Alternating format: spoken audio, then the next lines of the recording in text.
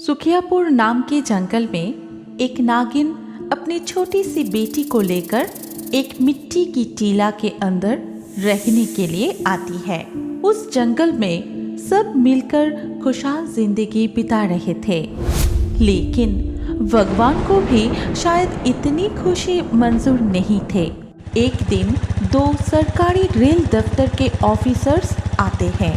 उन लोगों के बीच जो बातें होते हैं वो सारी बातें नागिन अपने कोठरी में बैठ के सुनती है। ये जगह एकदम ठीक ठाक है रेल पटरी को लगाने के लिए। इधर से रेल को चलाना कितना जरूरी है वो तो हम सबको पता ही है। वो सब तो ठीक है, लेकिन इतना सुंदर जंगल काट जाएगा, इसलिए मुझे थोड़ा बुरा लग रहा है। हाँ, पर कुछ अच्छे कामों के लिए कुछ तो कुर्बानी देना ही पड़ता है। अब क्या किया जाए?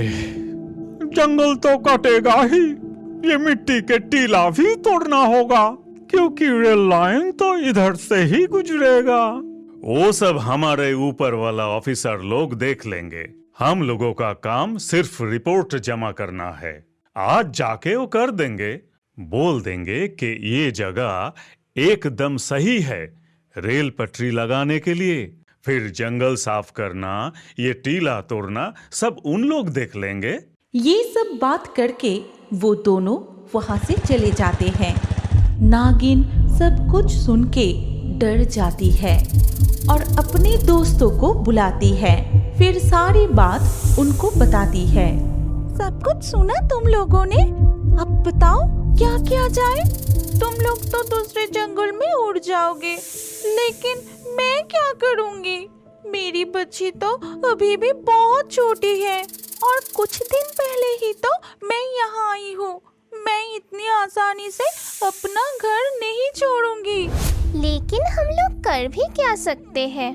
उन लोगों के साथ लड़ाई करके भी हम जीत नहीं पाएंगे। तुम तो एक छोटी सी पंछी हो, लेकिन हम सब एक साथ मिलकर कुछ न कुछ जरूर कर सकते हैं। देखो, ऐसा भावनाओं में बहकने से कोई काम नहीं होगा। उन लोगों से हम जीत नहीं पाएंगे। इससे अच्छा समय रहते रहते हम नए घोंसले बनाने के जगह ढूंढते हैं। तुम चिंता मत करो, तुम्हारी बच्ची को नए कोठरी में पहुंचाने की जिम्मेदारी मेरा। हम सब एक साथ ही नए जगह के खोज में निकलेंगे। सब नागिन को बहुत समझाने की कोशिश किए, लेकिन नागिन अपनी बातों पे अड़ी रही और एक ही बात कहते रही कि वो इस जगह को छोड़ के कहीं नहीं जाएगी। इधर रेल ऑफिसर्स वालों ने अपना काम शुरू कर दिया, इसीलिए जंगल के पशु पंछियां अपने लिए दूसरे जगह खोजने में व्यस्त हो गए। लेकिन नागिनी ना तो कहीं गई और ना तो कोई नई जगह ढूंढी। वो जैसे पहले अपनी जिंदगी गुजर रही थी वैसे ही गुजरती रही। कोई मेरे साथ नहीं दिया, लेकिन मैं इस जगह को नहीं छोड़ूंगी, जान चली जाए तो भी नहीं। लेकिन अपनी जिद के वजह से मैं अपनी बच्ची को मुसीबत में नहीं डाल सकती। उसके सामने खूबसूरत जिंदगी पड़ी है, उसे अच्छे से जीने देना मेरी जिम्मेदारी है। ये सब सोच के वो मैक्स ईगल को बुलाती है। देखो, इस जंगल में तुम ही सबसे बड़ा पक्षी हो। मुझे तुम पे भरोसा है। मैं तुमको मेरी बच्ची की जिम्मेदारी सौंपना चाहती हूँ। मैं यहाँ से कहीं नहीं जाऊंगी, लेकिन तुम मेरी बच्ची को ले जाओ, उसके देखभाल अच्छे से करना। तुम ये गलत कर रही हो। तुम्हारी बच्ची बहुत ही छोटी है। हम सब जान लगाकर उसकी देखभाल करेंगे, लेकिन उसको तुम्हारी जरूरत है। तुम अपनी जिद की वजह से अपनी बच्ची को ही खो रही हो। मैं जो भी कर रही हूँ सोच समझ कर ही कर रही हूँ। तुम सब मेरी बच्ची को अच्छी परवरिश दोगे, ये मेरा यकीन है। मुझे कमजोर मत करो। इसे लेकर जाओ। फिर मैक्स ईगल नागिनी की बेटी को अपने साथ लेकर चली जाती है। नागिनी यहाँ पे अकेली रह जाती है। पूरी जंगल खाली हो गया था। मिट्टी के टीले के नीचे नागिनी चुपचाप बैठी रही। वो मन ही मन सोचने लगा कि कैसे ये कार्यक्रम रोका जाए। कितने सारे पशु पक्षी को बेघर किया ये रेल पटरी। अगर मैं मर भी जाती हूँ तब भी ये जगह नहीं छोड़ूंगी और एक भी रेल को यहाँ से चलने नहीं दूंगी, और ये वादा मेरी अपने आप से है। कुछ ही दिनों में मिट्टी के टीला भी तोड़ दिए गए। जंगल को तो पहले ही साफ कर दिया गया था। वहाँ रेल पटरी भी लगाए दिए गए। उसके कुछ ही दिन बाद पहले रेल चलना शुरू किया। जहाँ वो टीला थी, हर रात को उस जगह पे आके नागिनी रोती रहती थी। ये क्या कर दिया इन लोगों ने।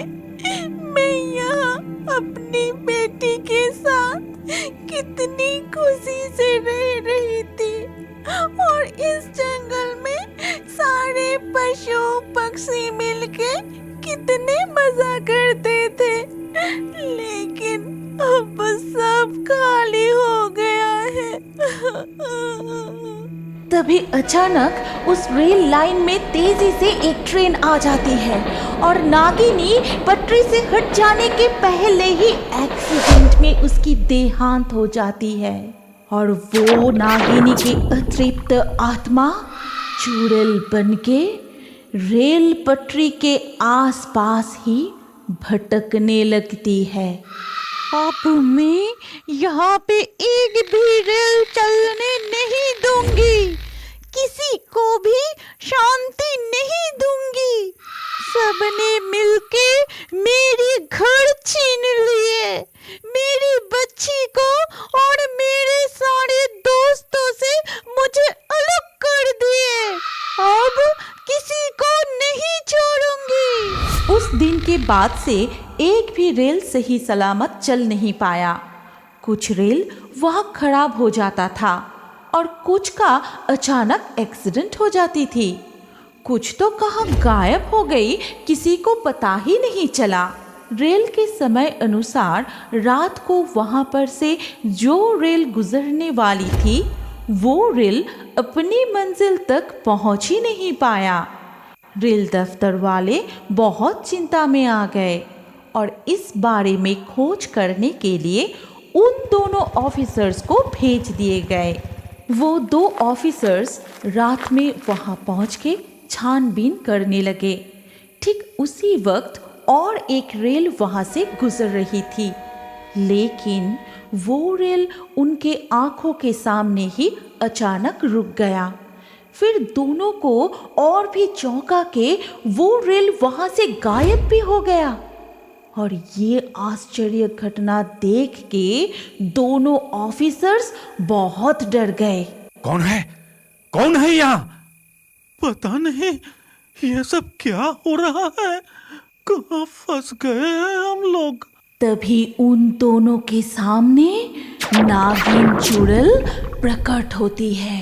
ये हमारी जगह है, तुम लोग यहाँ के जंगल साफ करके हम सबको बेघर कर दिए, मुझे मेरी बेटी से अलग कर दिए। मैं कभी यहाँ रेल चलने ही नहीं दूंगी।